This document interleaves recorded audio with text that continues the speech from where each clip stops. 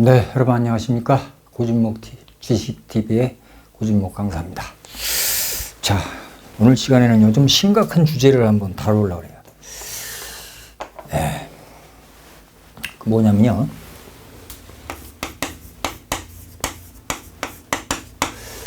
무궁화는 없고, 벚꽃만 있는 나라.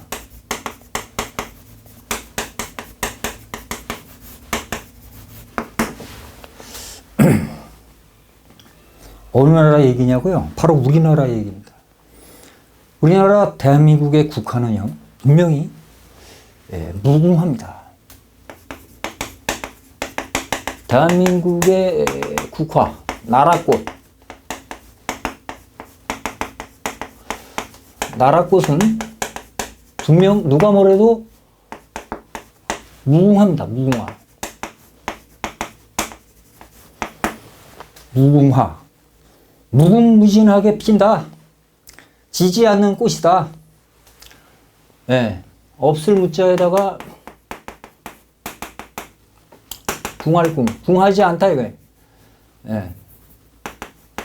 옴신자 옆에 이렇게 있으면 궁할궁자거든요. 무궁하다 이거. 이게 보통 7월에서 10월 사이에 약 100일 동안, 약 100일간 핍니다. 100일 동안 피고 지고 봉오리가 이렇게 올라와서 꽃이 쫙 피고요.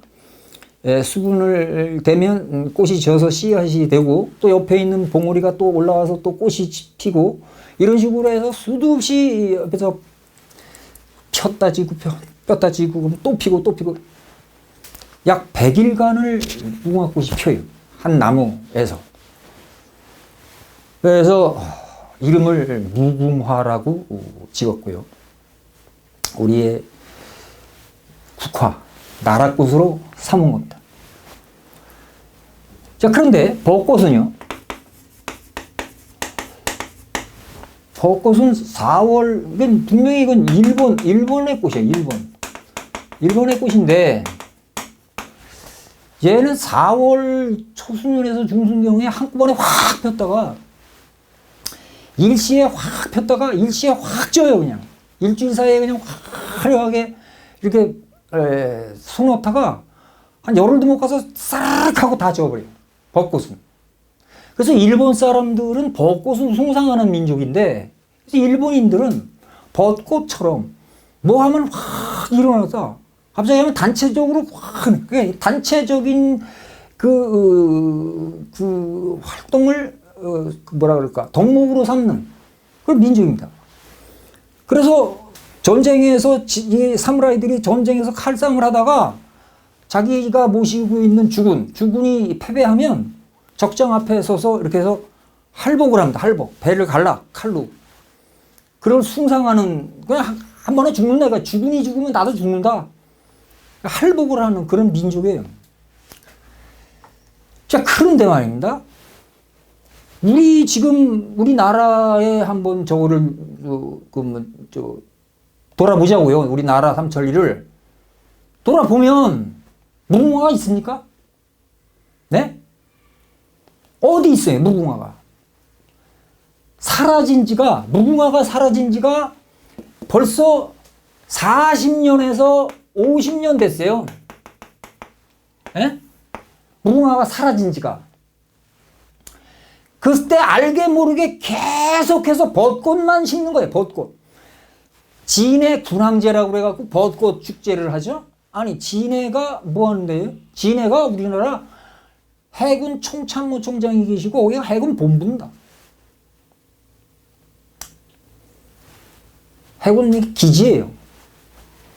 그 다음에 여의도 윤중로, 거기 양쪽에 벚꽃만 딱 심어놔가지고 벚꽃 필 때야 화려하겠죠.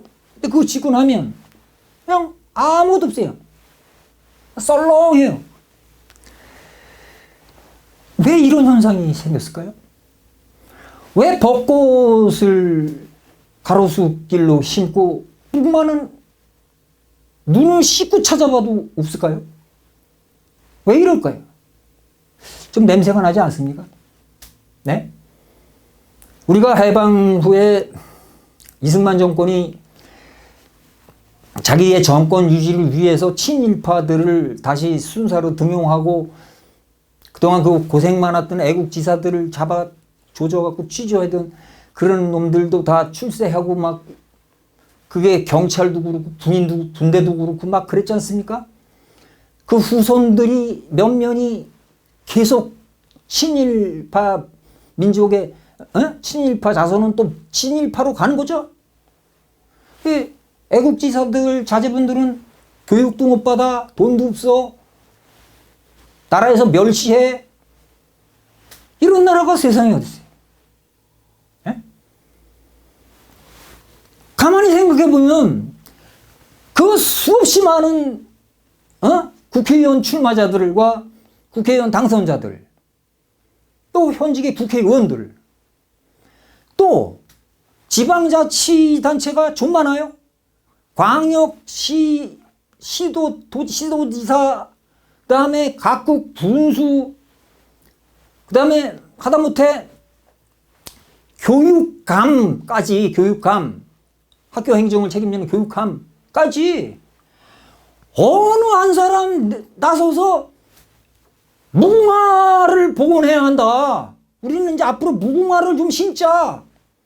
벚꽃 그만 심고 무궁화 좀 심자. 라고 캐치프레이즈 내걸고 선거운동하는 꼬라지를 못 봤어요. 어떻게 이럴 수가 있습니까?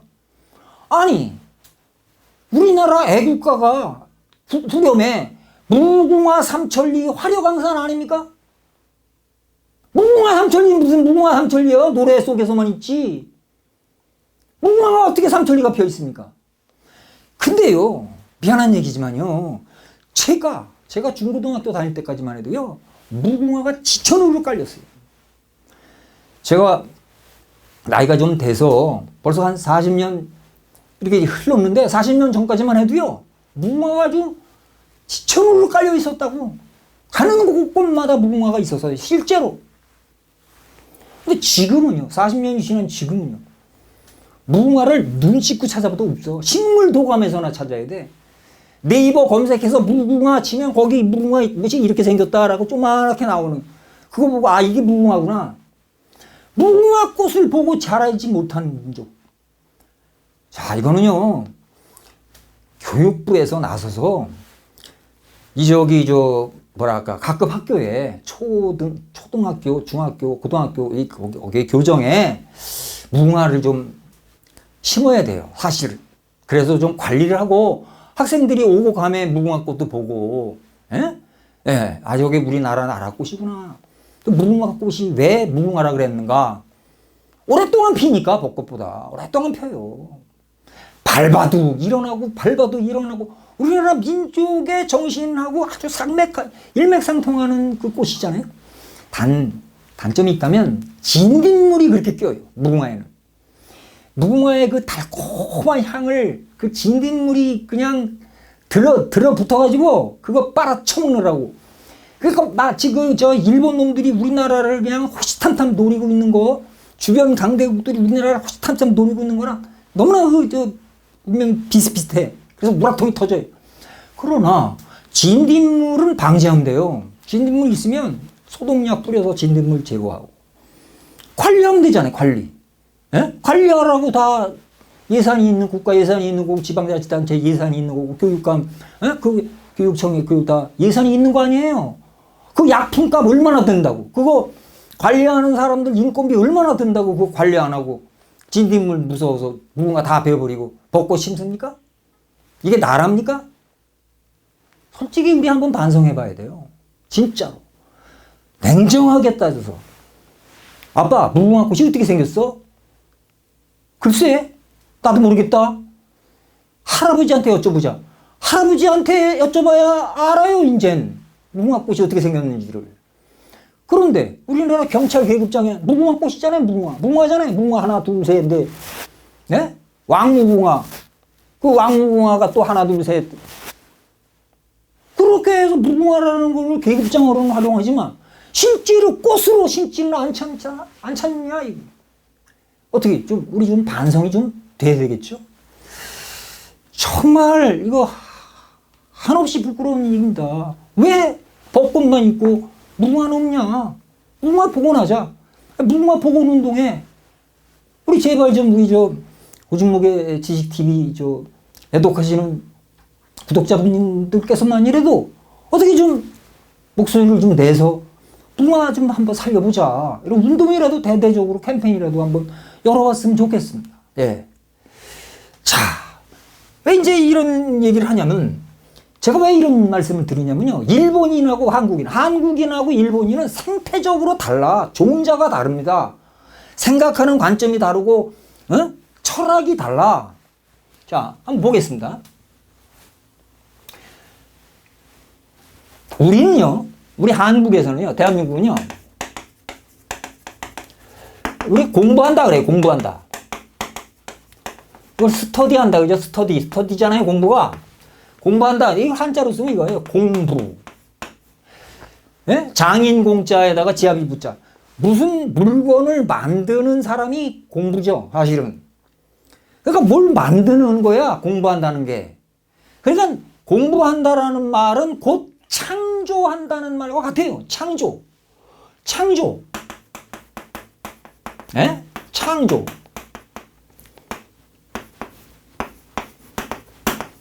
크리에이티브. 창조를 한다, 이게 창조. 그게 우리는 공부하는 거예요. 지식의 창조. 새로운 지식의 창조. 그게 공부하는 거예요. 우리 한국에서. 대한민국 사람은. 근데 말입니다. 일본 사람들은요. 공부를 뭐라고 부르냐? 면강이라고 불러요. 면강. 힘쓸 면자. 그 다음에 강할 강자. 이걸 일본어로 뱅교 그래.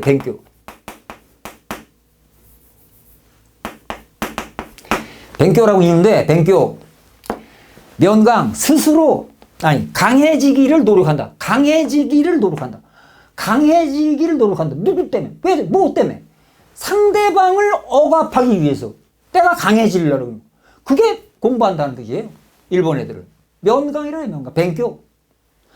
우리는요, 상대방을 억압하기 위해서 공부하는 게 아니에요.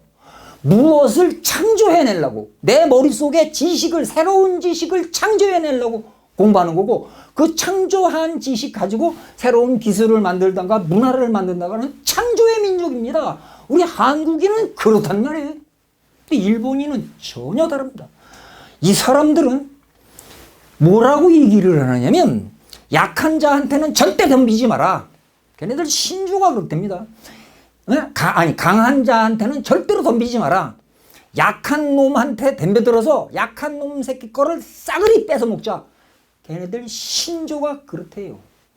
이건 제가 직접 일본인이지만 한국의 문화에 반해서 한국으로 유학을 왔다가 역사 공부를 하셔가지고 한국인으로 귀화하신 교수님께서 직접 텔레비전에 나와서 말씀하신 내용을 그대로 전해드리는 겁니다. 네. 얼마나 야비한 새끼들입니까? 에? 강한 자한테는 약하고 약한 자 거를 아주 그냥 달겨들어서 싸그리 빨대꼬집 뽑고 그냥 뼈골까지 빨아먹는 그런 민족. 그게 일본인이라는 새끼들입니다. 근데 일본이 숭상하는 벚꽃만 화려하게 펴있고 우리나라 꽃 무궁화는 하나도 없는 나라. 그래서 우라통이 터져서 말씀드리는 거예요. 또 있어요. 일찍이 이 일본인이라는 족속의 그걸 속수들이 꿰뚫고 있었던 대학자님이 계셨는데 우리나라에 이어령 박사님이 계셨어요. 이분이 이제 이화여대 교수님으로 오랫동안 재직하고 계시면서 많은 훌륭한 이화인을 많이 길러내신 교육자십니다. 이어령 교수님이. 이분이 1983년에 무슨 책을 졌느냐면요. 축소지향의 일본인이다라는 책을 저술하는데 이게 말입니다. 공전의 히트를 기록해서 이게 슈퍼 베스트셀러가 됐어요. 슈퍼 베스트셀러. 근 50만 부, 100만 부 이상 팔린 책이에요. 선생님도 이걸 그때 84년도에 이걸 읽었는데 거기에 이런 말이 나왔다.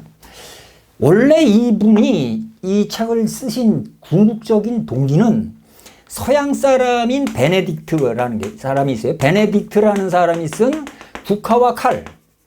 국화와 칼이라는 책에 대한 반론이, 예, 이 책에 대한 반론. 이 책에서는 서양인과 동양인을 그냥 이렇게 두루뭉실하게 구별해 놓고 서양 사람은 이런데 동양인은 이렇더라. 그 대표적인 게 일본인이다. 이런 식으로 이렇게 예를 들어 일본인을 많이 예를 들었어요. 그걸 읽으시다가 이분이 우라통이 터지니까 뭐 이런 새끼가 다 있어. 아니 왜 일본인하고 비교해? 동양인에는 분명히 한국인도 있는데 한국인도 있는데 오히려 동양인의 정통성은 한국인데 이러고서 이분이 야 일본 사람하고는 한국 사람하고는 종자가 달라. 그걸 가르쳐주기 위해서 축소지향의 일본인이라는 명절을 내줘요. 거기 내용 잠깐 소개하겠습니다. 자, 일본 사람들은요 다도 문화, 다시 말하면 차 마시는 문화가 발달되는데 이 양반들은 차 한 잔을 마실 때, 차를 마실 때 다락방에 가서 마신다는 거야.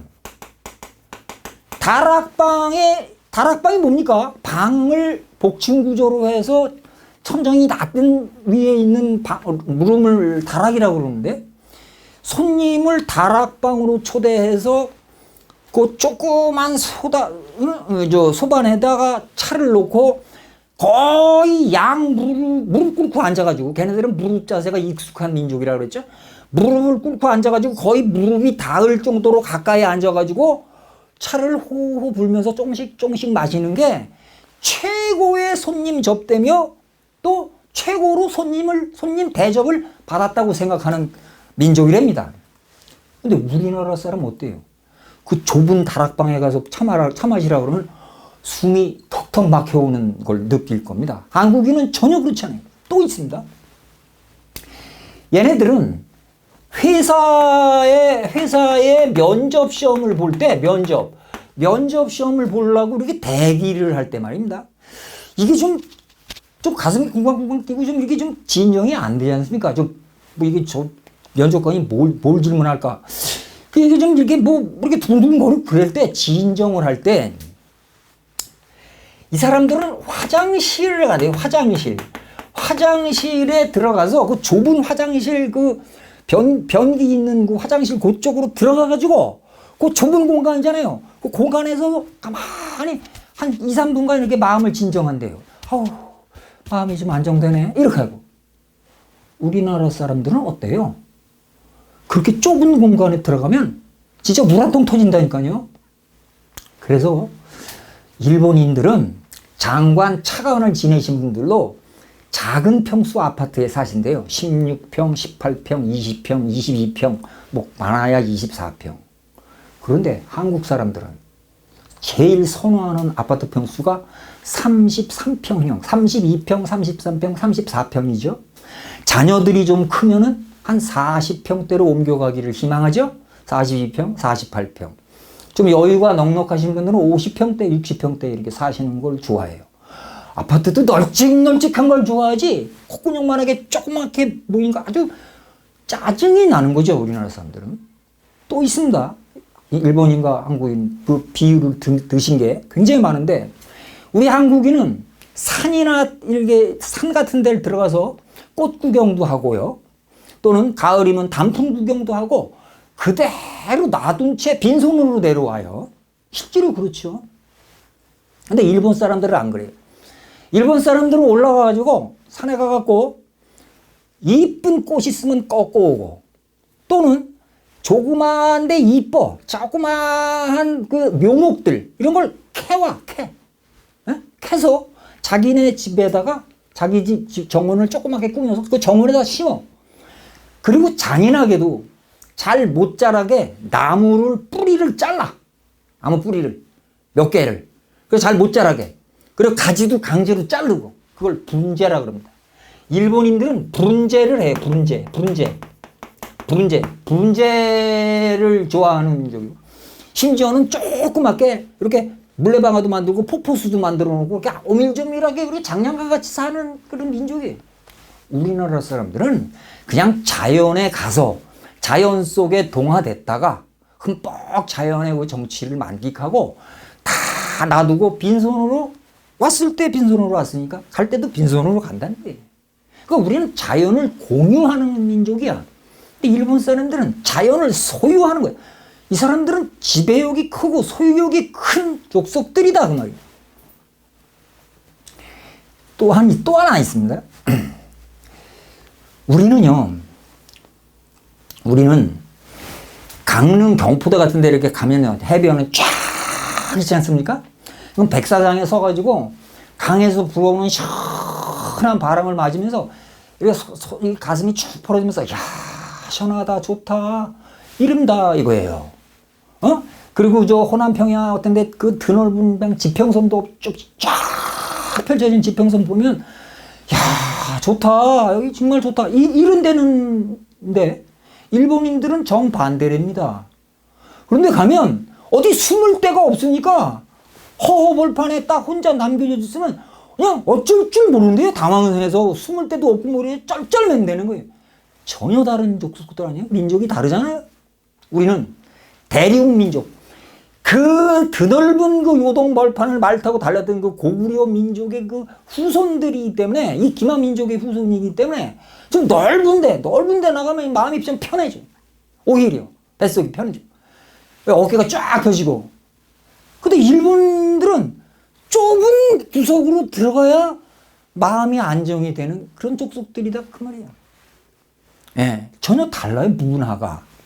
그렇게 소개를 하면서 그 박사님께서 아주 강조하신 그런 것들이 많이 있어요. 이 사람들은 우리는 시가 아무리 짧아도 시조가 3행 아닙니까? 3, 4, 4, 3, 3, 4, 또 4, 4, 그 다음에 3, 5, 4, 3 이렇게 글자 수가 그 정도로 끝나요. 한 시조가. 근데 일본 사람들은 그냥 한 줄 시조를 줄여서 한 줄로 표현한대 한 줄. 그걸 최고의 덕목이고 최고의로 잘 쓴 시라고 말을 한답니다. 우리는 분명 일본인은 아니잖아요.